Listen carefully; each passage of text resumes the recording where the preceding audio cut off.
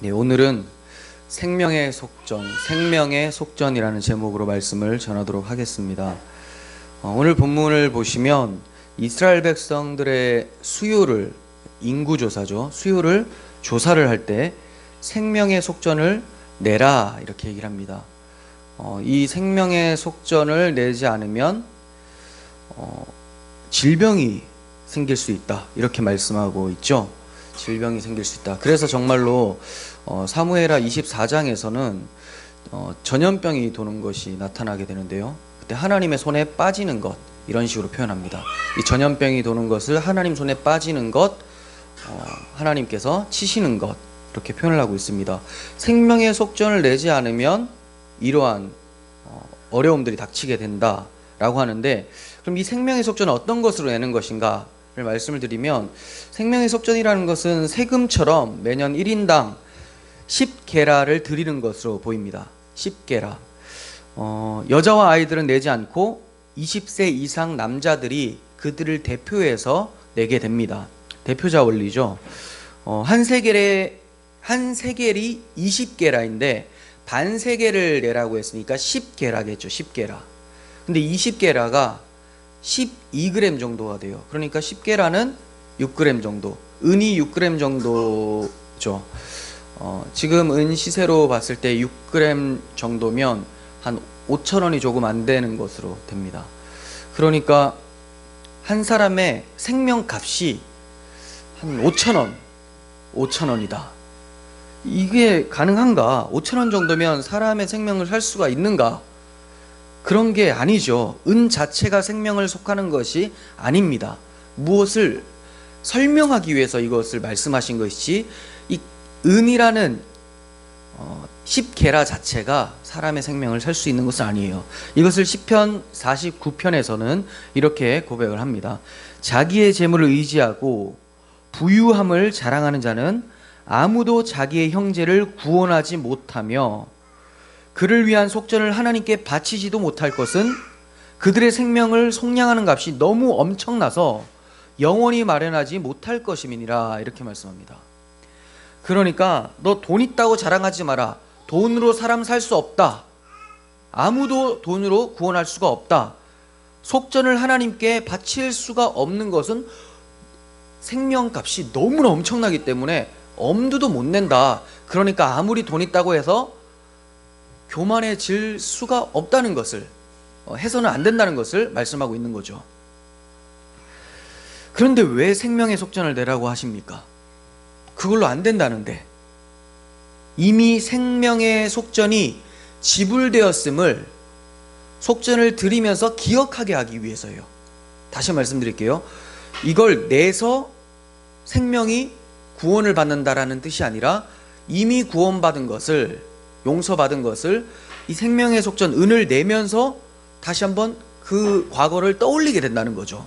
그럼 어떤 과거를 떠올리게 되느냐? 출애굽 당시에 이들이 생명의 속전을 지불하지도 않았는데도 하나님 편에서 생명의 속전을 지불하신 사건이 있었습니다. 그게 출애굽 사건이죠. 유월절 사건이에요. 어린 양의 피로 이스라엘 백성들이 살게 되었습니다. 그러니까 이스라엘 백성들의 생명의 속전은 어린 양의 피였어요. 피. 그러니까 이 생명의 속전을 드릴 때마다 우리 대신 대속 제물이 생명을 속해 준다라는 것을 기억하면서 드리게 되는 거죠. 잊지 말라는 거예요. 항상 하나님께서 무슨 절기를 주시고 제사를 드리라라고 하잖아요. 그러면 이 제사를 드림으로써, 절기를 지킴으로써 구원받는 것이 아니라 이미 구원받은 그 은혜를 잊지 말라는 차원에서 행하라고 하시는 것을 기억하셔야 됩니다. 마찬가지로 생명의 속전을 드리면서 하나님의 구원을, 대속의 구원을 기억하라는 거예요. 이스라엘 백성들이 어린 양의 피로 구원을 받았습니다. 어린 양은 이스라엘 백성들의 장자를 대표해서 죽었습니다. 근데 그 장자는 이스라엘 지배 전체 사람들을 대표하는 사람이었어요. 그런데 이 어린 양이 대표로 죽었죠. 그 이후에 이제 장자는 다 하나님의 것이다 라고 하셨는데, 이 장자들을 각 지파에서 다 뽑으시는 것이 아니라 한 지파, 레위 지파 전체를 하나님께서 내 장자로 삼아버리시는 거예요. 하나님이 장자로 삼아버리시고 이제 이스라엘 백성들은 그대로 다른 일들을 감당할 수 있도록 만들어 주셨어요. 레위 지파가 제사장 지파로서 장자 역할을 하게 됩니다. 이것은 뭐냐면 레위 지파를 통해서 이스라엘 전체 사람들이 다 하나님의 장자라는 것을 드러내 주고 계시는 거예요. 이처럼 하나님께서는 어떤 그 전체를 구원하기 위해서 대속 제물을 통해서 구원하신다라는 것을 출애굽 사건을 통해서 보여주셨고, 그것을 기억하게 하기 위해서 은을 내라, 생명의 속전을 내라, 이렇게 말씀하고 계시는 거예요. 그런데 이 속전은 부자라고 해서 더 드리지도 말고 가난한 자라고 해서 덜 드리지도 말라, 이렇게 말씀합니다. 15절 보겠습니다. 너희의 생명을 대속하기 위하여 여호와께 드릴 때에 부자라고 반세겔에서 더 내지 말고 가난한 자라고 덜 내지 말지며 라고 해요. 세상에서는 부자와 가난한 자의 생명값을 다르게 매깁니다. 그렇죠, 다르게 매깁니다. 뭐 보상도 다르고 대우하는 것도 다르고 지인들조차도 인식이 좀 달라요. 부자가 뭐 생명을 잃게 되면, 그 당사자가 잃게 되면 사실 많이 오진 않지만 그 당사자보다 그 자녀가 더 많은 이제 그 부를 넘겨받게 되면 또 찾아오게 되죠. 왜냐하면 부유한 자는 그만큼 더 가치가 있다, 이런 생각을 하고 있는 것이 세상의 생각들이죠. 가치관들이죠. 그리고 가난한 사람들은 뭐 좀 그러면 어때? 라는 사고가 전반적으로 좀 깔려 있습니다. 그런데 하나님께서는 그런 거 없다, 부자나 가난한 자나 다 똑같은 생명의 속전이 필요하다, 이렇게 말씀하세요. 그러니까 생명의 가치가 똑같다고 보시는 거죠. 하나님은 사람을 외모로 취하시지 않으시죠. 그 마음의 중심을 보시는데 하나님께서는 왜 이들의 생명을 다 똑같이 여기시느냐? 그것은 이들이 다, 모든 인간들의 생명은 하나님의 형상으로 지음받았기 때문에 그래요. 하나님의 형상 중에 어떤 형상은 조금 더 괜찮고 어떤 형상으로 만들어진 사람은 좀 덜 괜찮냐? 그런 게 없죠. 왜? 한 분 하나님의 형상이기 때문에 가치가 동일합니다. 그러므로 동일한 생명의 속전을 내라, 이렇게 말씀하고 있어요. 우리가 무엇으로 생명을 얻게 되었습니까? 우리가 어떻게 새 생명을 얻게 되었습니까? 그리스도의 보혈로 새 생명을 얻게 되었어요. 그리스도께서 십자가에서 보혈을 흘려주심으로 대속함을 받게 된 것이죠. 이것을 베드로 사도는 이렇게 표현을 합니다. 베드로전서 1장 18절 보시면 너희가 알거니와, 그러니까 교회들은 이거 다 안다는 거예요. 너희도 알잖아. 자, 뭐냐면 너희 조상이 물려준 헛된 행실에서 대속함을 받은 것은, 이건 뭐냐면 모든 사람 태어날 때부터 다 죽어 마땅한 존재다. 그런데 여기서 대속함을 받은 것은 은이나 금같이 없어질 것으로 된 것이 아니요 오직 흠없고 점없는 어린 양 같은 그리스도의 보배로운 피로 된 것이니라, 이렇게 말씀하고 있습니다. 은으로, 금으로 대속함을 받는 것이 아니라고 하죠. 그러니까 오늘 본문에서 은으로 생명의 속전을 내라고 하는 것도 그 자체로 대속함을 받는 것이 아니라 이 은이 그리스도의 보혈을 상징하고 있었다는 것을 우리는 알게 됩니다. 디모데전서 2장 5절도 보겠습니다. 하나님은 한 분이시요 또 하나님과 사람 사이의 중보자도 한 분이시니 곧 사람이신 그리스도 예수라.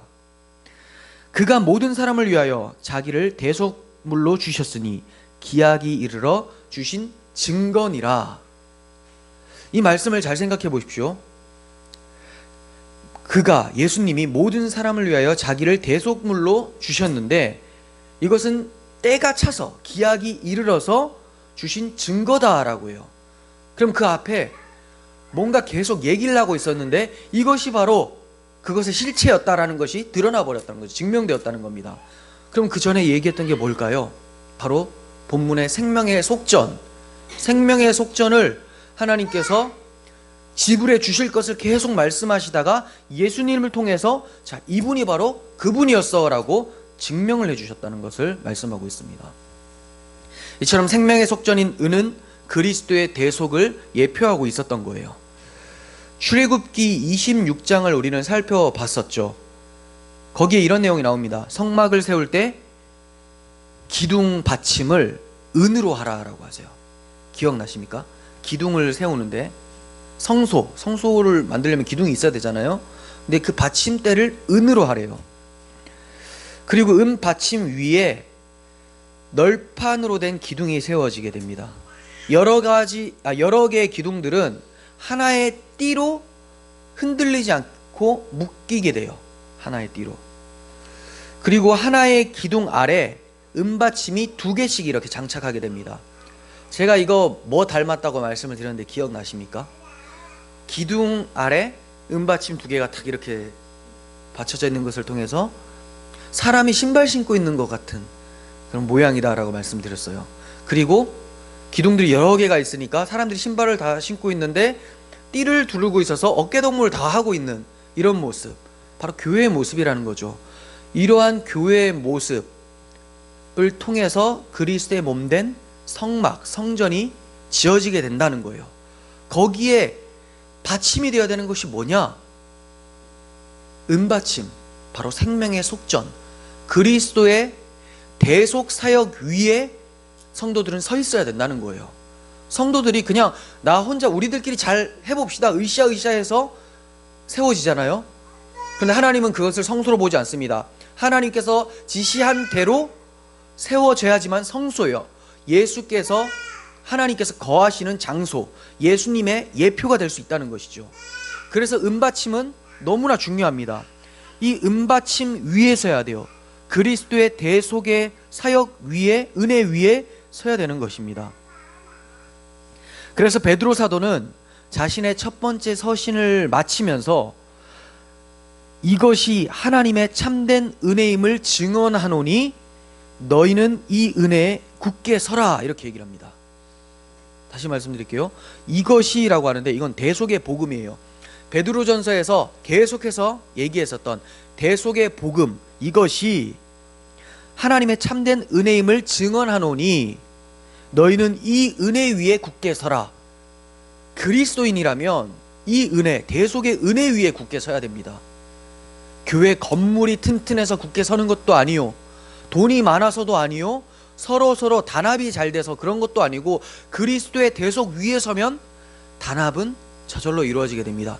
그 대속 위에 서게 될 때 하나 되게 하는 띠, 성령의 띠가 둘러짐으로써 교회는 견고하게 설 수 있게 되는 것입니다. 이처럼 본문에서 생명의 속전으로 은이 사용된다는 것은 그리스도의 보혈로 생명이 대속함을 받는다는 의미죠. 그래서 좀 전에 살펴본 시편 49편에서는 생명을 속량하는 값이 너무나 엄청나서 다른 이들을 위해 속전을 하나님께 바칠 수가 없다, 영원히 마련하지 못할 것이다, 이렇게 얘기를 한 거예요. 그리스도의 피가 아니면 도무지 갚아낼 수가 없는 거예요. 은으로 어떻게 갚겠습니까? 은이나 금 없어질 것이라고 베드로는 얘기했습니다. 하지만 없어질 것이 아니라 영원히 있는 하나님의 아들의 보혈로, 그리스도의 보배로운 피로 되었다, 이렇게 설명하고 있습니다. 하나님의 아들의 생명이 아니고서는 인간 편에서 한 사람의 생명도 대속할 수 없음이 하나님의 말씀을 통해서 드러나고 있는 것이죠. 그러니까 로마 카톨릭에서 우리가 연옥에, 있지도 않은 연옥을 얘기를 하지만 연옥에 있는 사람들을 위해서 더 많은 연보를 하게 되고 헌금을 하게 되면 그 옥에 있는 사람들이 그 동전이 떨어지는 소리를 듣고 위에 천국으로 올라가게 되고, 그것이 들리지 않으면 나중에 지옥으로 떨어지게 된다, 이렇게 대기를 하고 있다라는 말은 너무나 무지하고 비성경적인 주장이죠. 우리는 은이나 금 없어질 것으로 된 자들이 아니라 어린 양의 보배로운 피로 대속함을 받았다고 성경은 말씀하고 있습니다. 그렇다면 모든 백성에게 생명의 속전을 동일하게 지불하라라고 하는 하나님의 말씀의 의미를 조금 더 명확하게 생각을 할 수가 있어요. 모든 백성이 똑같은 가치에 의해서 속죄함을 받는다는 거죠. 대속함을 받는다는 거예요. 모두가 다 그리스도의 피값으로 구원받는 겁니다. 그리스도의 피값으로. 가난한 자나 부한 자나 할 거 없이 다 그리스도의 피가 아니고서는 불가능하다. 오직 그리스도의 피값으로만 대속함을 받기 때문에 그들의 생명의 속전이 동일해야 된다, 이렇게 말씀하고 있는 것이죠. 그러니까 우리가 생각해 보면 지금 내 옆에 형제자매가 있습니다. 이 사람들이 세상 사람들이 봤을 때, 세상적인 기준으로 봤을 때 어떤 사람들은 부한 자가 있고 어떤 사람은 가난한 사람이 있을 수가 있어요. 어떤 사람들은 세상에서 성공해 보이는 사람이 있고 어떤 사람들은 마치 실패한 것 같은 그런 사람이 있을 수도 있습니다. 하지만 우리는 세상의 눈으로 보는 자들이 아니죠. 그리스도인이라고 했으니 그리스도의 눈, 하나님의 아들의 눈으로 본다면 어떻게 보여질까요? 하나님의 아들의 눈이니까 이 친구 안에 내 생명이 들어가 있구나, 이렇게 보신다는 거예요. 우리도 그 눈으로 볼 수 있어야 돼요. 그래서 저 친구는 좀 교회 안 나왔으면 좋겠는데 저런 애들은 좀 안 나오고 뭐 좀 능력 있고 돈도 좀 많고 이런 사람들이 교회에 많으면 더 힘이 있지 않을까, 이런 사고가 뭐냐? 그분들 안에 있는 그리스도의 생명을 발견하지 못한 영적 둔감함 때문에 그렇다는 거죠. 교회라면 그리스도의 눈을 가지고 그리스도의 생명이 충만하게 거하고 있는 성도들을 같은 시각으로, 같은 가치로 볼 수 있어야 됩니다. 그러면 우리가 그분들을 대할 때 어떻게 대하고 있는지가 드러나겠죠. 주님께서 물어보십니다. 너 이 땅에 살면서 나한테 어떻게 대했냐? 저 주님께 엄청 잘했는데요. 주를 위해 뭐 말씀대로 살려고 노력했습니다. 그런데 지극히 작은 자에게 한 것이 나에게 한 것인데 왜 네 옆에 있는 가난한 형제한테는, 좀 능력이 적어 보이는 그 형제한테는 그렇게 했느냐라고 하면 우리가 어떻게, 무슨 말을 할 수 있겠습니까? 주님께서는 보이지 않는 나에게 잘해라 이렇게 하지 않으세요. 주님께서 우리 옆에 형제자매에게 그 생명을 심겨 놓아 주셨기 때문에 그들에게 내 사랑을 흘려보내라라고 말씀하고 계신다는 것이죠. 우리 모두가 주님을 잘 섬길 수 있었으면 좋겠습니다. 그 말은 우리들끼리 서로 사랑하고 섬기는 모습이 충만한 그런 교회가 되었으면 좋겠다는 말씀입니다. 이스라엘 백성들이 드린 생명의 속전은 어디에다 사용되었다고 말씀하고 있습니까? 16절에서 대답을 합니다. 너는 이스라엘 자손에게서 속전을 취하여 회막 봉사에 쓰라. 회막 봉사에 쓰라라고 하시죠. 이것이 여호와 앞에서 이스라엘 자손의 기념이 되어서 너희의 생명을 대속하리라. 자, 이 은을 내면 이 은을 가지고 회막 봉사에 쓴다라고 말씀하고 있습니다. 제사장들이 여러 가지 업무를 감당하는 데 있어서 이제 비용이 필요하잖아요. 그런 비용이 되는 것이죠. 그리고 또 성막을 만들 때는 은받침을 만드는 것처럼 그런 데도 쓰이게 되고, 그러니까 이 반세겔로, 생명의 속전 반세겔이잖아요. 반세겔로 성전 기능이 제대로 돌아가게 되면 제사장들이 뭘 하게 될까요? 그거 가지고 상번제 드리고 분향을 하고 그러잖아요. 하나님께 나아가게 됩니다. 그러니까 생명의 속전은 하나님과 만남에 있어서 굉장히 중요한 재료가 되는 것이죠. 이걸 안 드리게 되면 제사를 못해요. 이제 더 이상 성전이 제대로 기능을 발휘하지 못하게 되는 것이죠. 이런 제사와 분향을 통해서 제사장들이 이런 것을 할 때마다 자신들의 생명은 희생으로 속함을 받고 산다는 것을 늘 기억하게 됩니다. 그러므로 은을 내서 구원받는 것이 아니라 은을 내면서 구원받은 사실, 즉 출애굽할 때 어린 양의 피로 대속함을 받은 것을 기억하고 감사하는 것이죠. 그러니까 낼 때마다 아우 아까워 하는 사람들은 자신이 어떻게 구원받은지를 모르는 사람들이에요. 이스라엘 백성들이 그렇게 430년 동안 애굽에서 종살이를 했었는데 이제 광야에서 하나님의 인도함을 받고 가나안에 정착해서 매년 은 반세겔을 내는데 그때 아까워, 이거 안 내면 안 되나? 이런 생각한다는 것은 뭘 잊은 겁니까? 애굽의 노예 생활을 잊었던 것이고 거기서 10가지 재앙으로 하나님의 구원의 은혜를 잊어버린 거예요. 어린 양의 피의 대속을 잊어버린 것이죠. 즉 은혜를 모르면 은 반세겔이 아깝다라는 거예요. 은혜를 모르면. 생명의 속전으로 드린 이 은은 회막이 성전으로 나중에 바뀌게 되죠. 성막에서 성전으로 바뀌게 되는데 성전을 수리할 때도 사용하게 됩니다. 성전 수리. 처음에는 회막 봉사에 쓰인다고 했어요. 그런데 성전이 좀 부서지거나 부족한 부분들이 있다면 거기 이제 공사하는 데 쓰이게 됩니다. 열왕기하 22장 3절부터 보겠습니다. 요시야 왕 8째 해에 왕이 무술람의 손자 아살리아의 아들 서기관 사반을 여호와의 성전에 보내며 이르되 너는 대제사장 hil기야에게 올라가서 백성이 여호와의 성전에 드린 은, 자 이게 생명의 속전이죠. 여호와의 성전에 드린 은 곧 문 지킨 자가 수납한 은을 계산하여, 이렇게 드리면 이제 문지기가 수납을 하나 봐요. 여호와의 성전을 맡은 감독자의 손에 넘겨 그들이 여호와의 성전에 있는 작업자에게 주어 성전에 부서진 것을 수리하게 하되 곧 목수와 건축자와 미장에게 주게 하고 또 제목과 다듬은 돌을 사서 그 성전을 수리하게 하라. 자, 저는 이 말씀을 묵상하면서 시작부터 끝까지 생명의 속전이 없으면, 은이 없으면 돌아가지가 않는구나, 이걸 보게 됐어요. 성막이 세워질 때 은이 필요했죠. 은받침이 필요합니다. 그리고 계속 하나님 만나려면 회막 봉사를 위해서 생명의 속전이 사용이 되어집니다.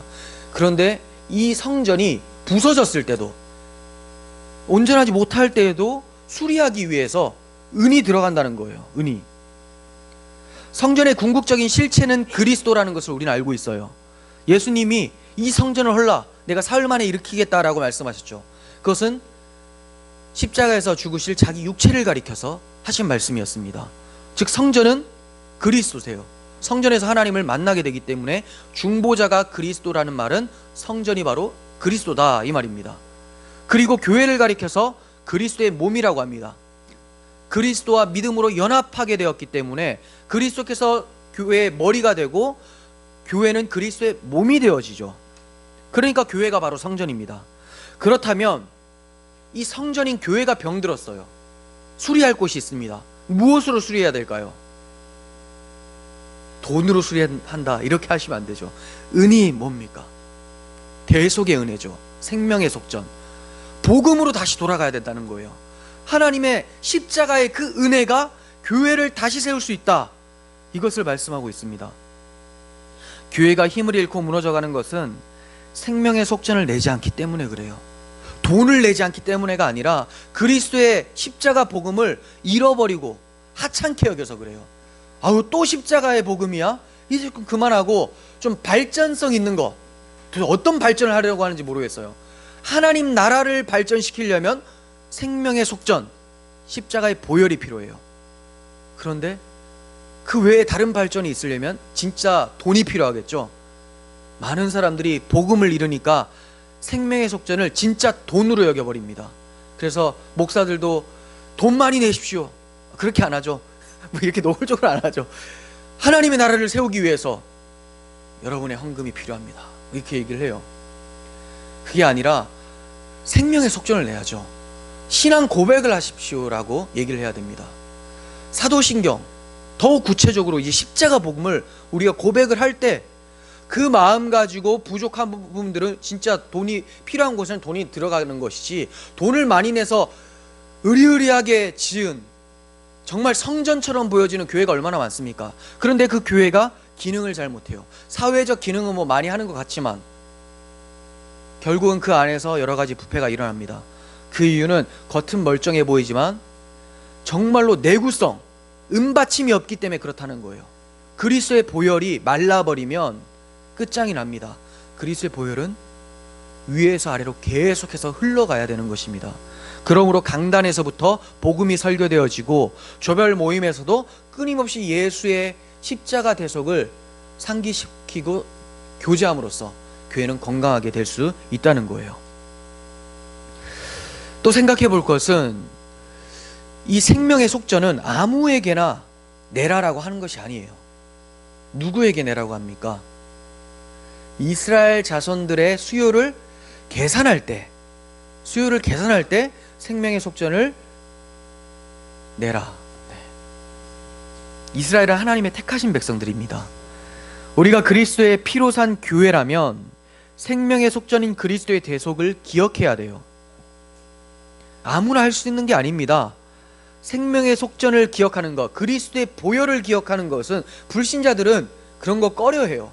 무슨 보혈이야, 피는 패배야, 죽음이잖아, 이렇게 생각합니다. 하지만 택함받은, 여러분 부르심을 받은 우리들은 그리스도의 보혈을 기억해야 됩니다. 내라고 하셨던 것은 너희들 이거 잊어서는 안 된다라고 말씀하고 있는 것이죠. 그러니까 우리가 헌금을 드릴 때도 무엇을 고백을 해요? 이 돈이 내 주인이 아니라 정말로 나의 주인은 예수 그리스도십니다 라고 돈의 노예가 되지 않고 하나님 앞에 드리는 것이고, 기도를 할 때도 예수님의 이름으로 기도드립니다 라고 하면서 그리스도의 이름 때문에 하나님의 자녀가 되었다는 것을 기억하게 되는 것이죠. 무엇을 할 때마다 우리는 생명의 속전인 그리스도의 보혈을 기억을 해야 돼요.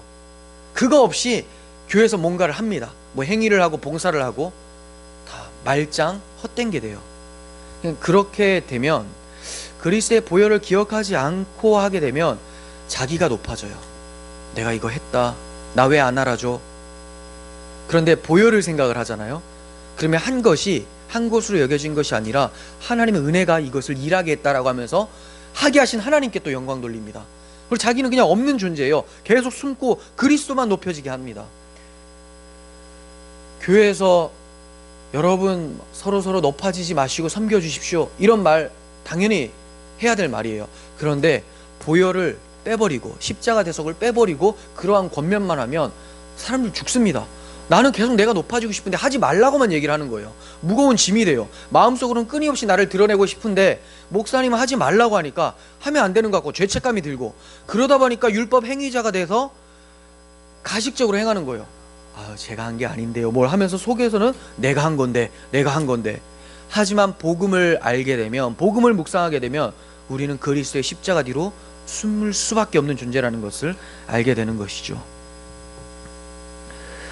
이제 우리의 모든 것이 주의 것입니다. 그리스도께서 값주고 사셨기 때문에 우리는 주의 것이에요. 주의 것이 된 사람들은 더 이상 무엇을 내고 공로를 쌓음으로 복이 온다고 생각하지 않는 사람들입니다. 다만 은혜로 주의 것이 되어 하나님의 자녀로 살게 되었다라는 것을 고백할 뿐입니다. 그게 복이라는 것을 아는 자들이죠.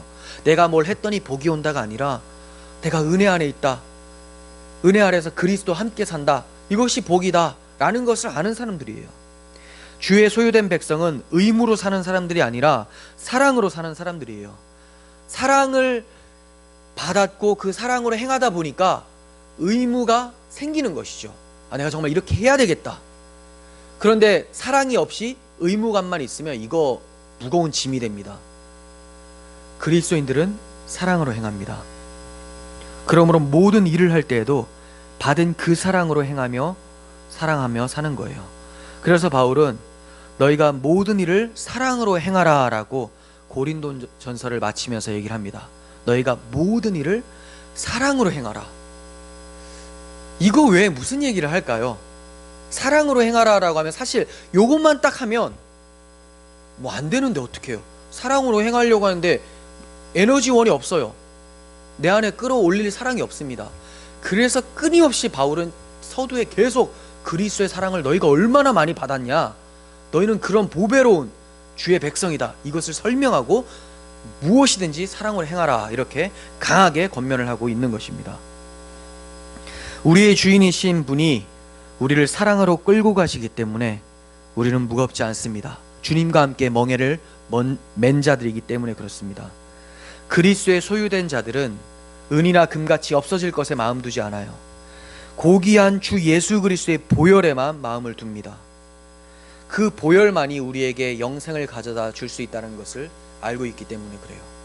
생명의 속전, 은, 금 이런 것으로 자기가 영생 얻은 것이 아니다라는 거 압니다.